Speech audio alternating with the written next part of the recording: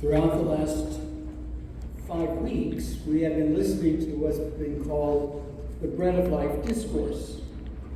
And if you remember, the first part of John's Gospel was about feeding the multitude. Remember that story?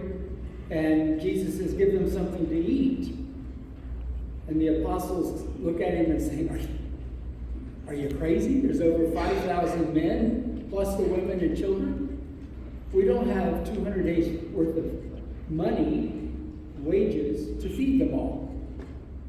And Jesus sends them out and says, see what you can find. Well, here's a little boy. He's got 5 loaves and 2 fish. Now, in my mind, I think he was a teenager, because a little boy doesn't need 5 loaves and 2 fish, but a teenager would the whole day. Okay? And then the story develops, and Jesus multiplies, and they had leftovers, 12 baskets full. Then Jesus gives this wonderful discourse. I myself am the bread of life. I am the living bread. Your ancestors ate manna in the desert, but they died. If you eat my flesh and drink my blood, you will have eternal life. That's the synopsis of the last 4 weeks. Today we begin with this gospel. They left him in droves. His teaching was too much for them. They couldn't take it anymore. Didn't make sense. And all of that comes to a particular verse. The verse is chapter 6, verse 66. So at John 6:6,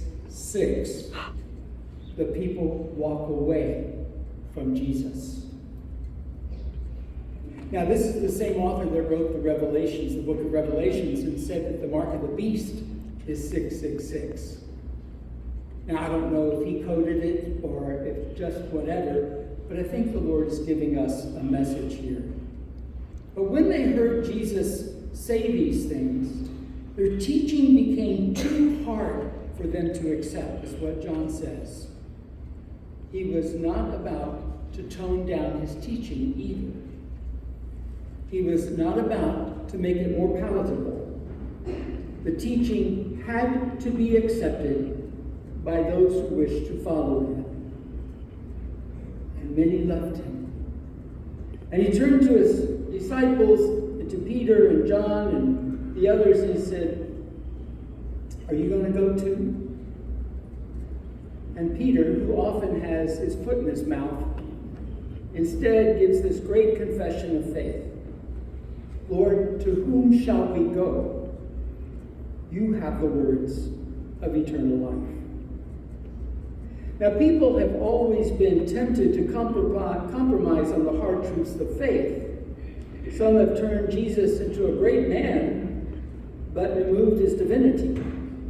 Others through history have said he was divine, but he really didn't exist as a man. He just appeared that way. But friends, the truth of the incarnation, of Jesus being both human and divine, was too hard for them to accept.